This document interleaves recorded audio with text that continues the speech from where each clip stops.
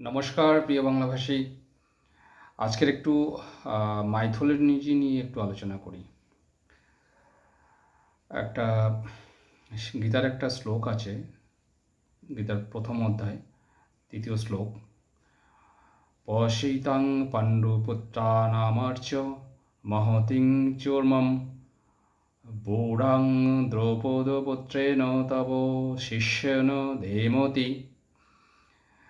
এই শ্লোক দ্বারা দ্রোণাচার্যকে যখন যুদ্ধক্ষেত্রে বলা হচ্ছে যে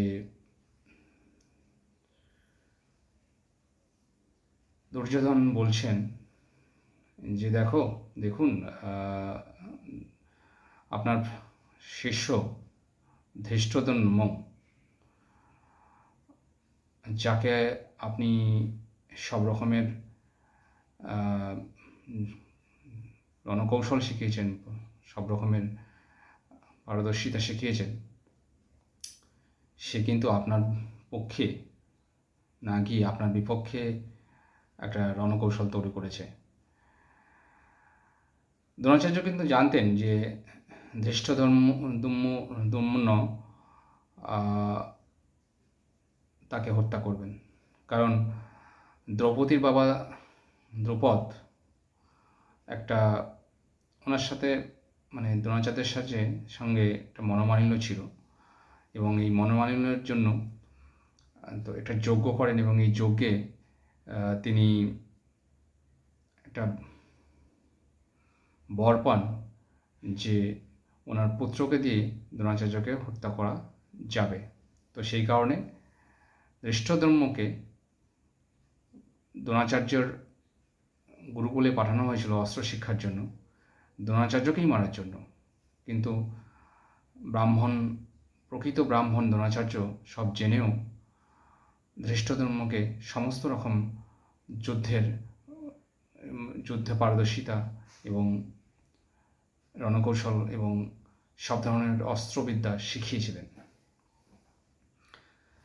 তো এটা আজ থেকে প্রায় 5000 বছর আগে। তখন আমরা রামায়ণ মহাভারত পড়ি। রামায়ণ মহাভারত পড়ে আমরা জানতে পারি যে সঞ্জয় বলে একজন ছিলেন, যিনি নাকি ধৃতরাষ্ট্রকে, যেহেতু ধৃতরাষ্ট্র অন্ধ ছিলেন এবং তিনি যুদ্ধক্ষেত্রে কি হচ্ছে না হচ্ছে সঞ্জয়ের কাছে জানতে চাইতেন, এবং সঞ্জয় ঘরে বসেই নাকি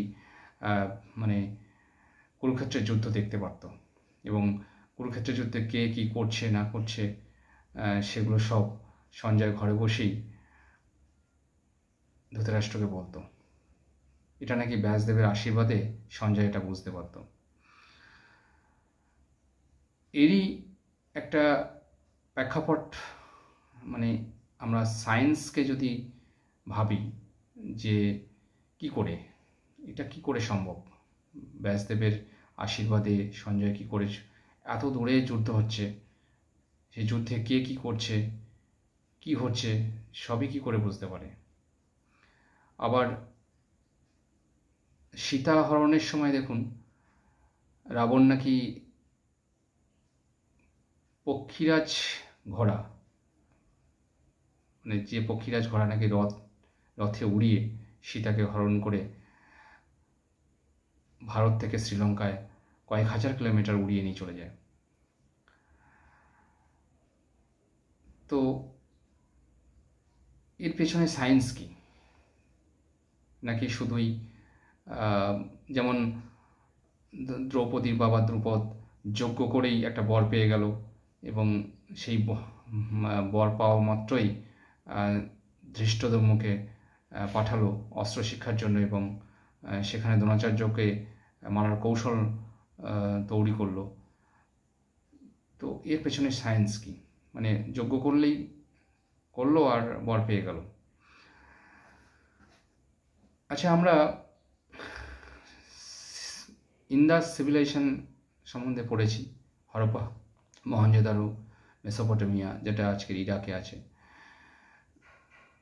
3500 বছর আগে, 3500 বছর আগে সভ্যতা। তখন নাকি মানে খুব সুন্দর সুন্দর বাড়ি এবং খুব সুন্দর সুন্দর, যাকে আমরা টাউনশিপ বলি, সেই টাউনশিপ তৈরি হয়েছিল। এই টাউনশিপ ধ্বংস হয়, যেমন ডাইনোসর ধ্বংস হয়, তো টাউনশিপও ধ্বংস হয়। তো 1861 সালে আমরা archaeological survey of India Alexander কংগিনের দ্বারায়, যেটা মানে ইন্ডিয়াতে প্রতিষ্ঠিত হয়, তো সেই আর্কোলজিক্যাল সার্ভে অফ ইন্ডিয়ার একটা তথ্য আমরা পাই যে মহেঞ্জোদারোতে যে কঙ্কাল পাওয়া গেছে, সেই কঙ্কালে নাকি কিছু ইউরেনিয়াম এর কিছু অংশ আছে, যার জন্য নাকি পশু পাখিও কোনো মানুষকে ওই সময় খায়নি। বলছে পরমাণু বর্ষণ হয়েছিল। তখন 3500 বছর আগে নাকি পারমাণবিক বোমা ছিল। যদিও এটা একটা মিথ, এর অনেক দ্বিমতও আছে।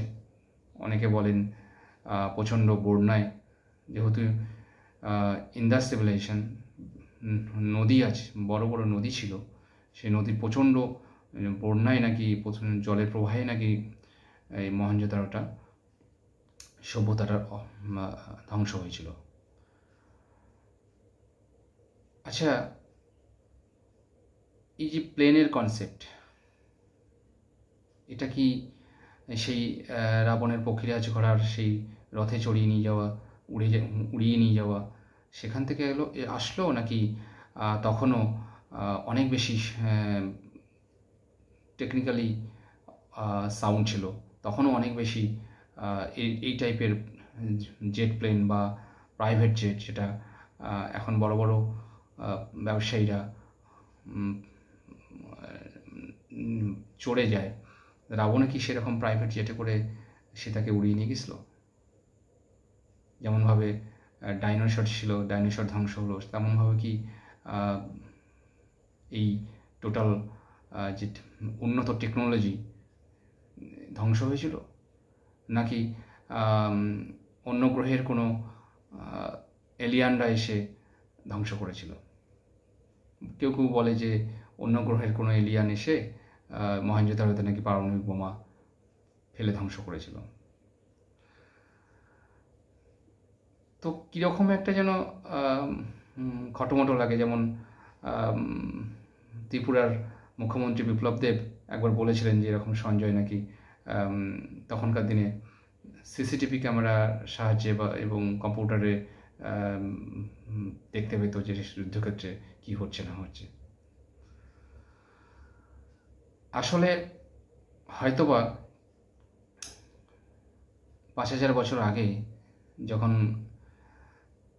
কুরুক্ষেত্র যুদ্ধ হয়েছিল এবং ভগবান শ্রীকৃষ্ণ যুদ্ধক্ষেত্রে অর্জুনকে প্রভাবিত করেছিল যুদ্ধ করার জন্য, এবং যে যুদ্ধের যে কথোপকথন অর্জুন এবং শ্রীকৃষ্ণের, সেটাকে গীতার বাণী হিসাবে আমরা পড়ি, এবং যে গীতাটা নাকি আজও অবধি কোনো রেকটিফিকেশন, যাকে বলে মডিফিকেশন হয়নি, মানে যেহেতু ভগবান শ্রীকৃষ্ণের নিজস্ব বাণী, তার কোনো অ্যামেন্ডমেন্ট আমরা আজ অবধি পাইনি, এবং সেই একই রকমভাবে মানে গীতার যে বাণী, গীতার যে কথা চলে আসছে। আমার কাছে এরকম কিছু মতভেদ আমার খুব অবাক লাগে, যে বলে যে এই কনসেপ্টটা, প্লেনের কনসেপ্টটা রাবণের পক্ষীরাজ ঘোড়ার রথের থেকেই অনুকরণ করে প্লেনের কনসেপ্টটা আসে, বা এই যে সঞ্জয় ঘরে বসে ধৃতরাষ্ট্রকে যুদ্ধক্ষেত্রের যে বর্ণনা দেওয়া, সেটাও নাকি ওই সিসিটিভি ক্যামেরার বা নেটওয়ার্ক, যে আমাদের বর্তমান যে অনলাইন যা কিছু তার মাধ্যমেই নাকি সঞ্জয় করতেন, তাহলে তখনও 5000 বছর আগে কি এত সিভিলাইজেশন এত উন্নত ছিল? হয়তো বা ছিল।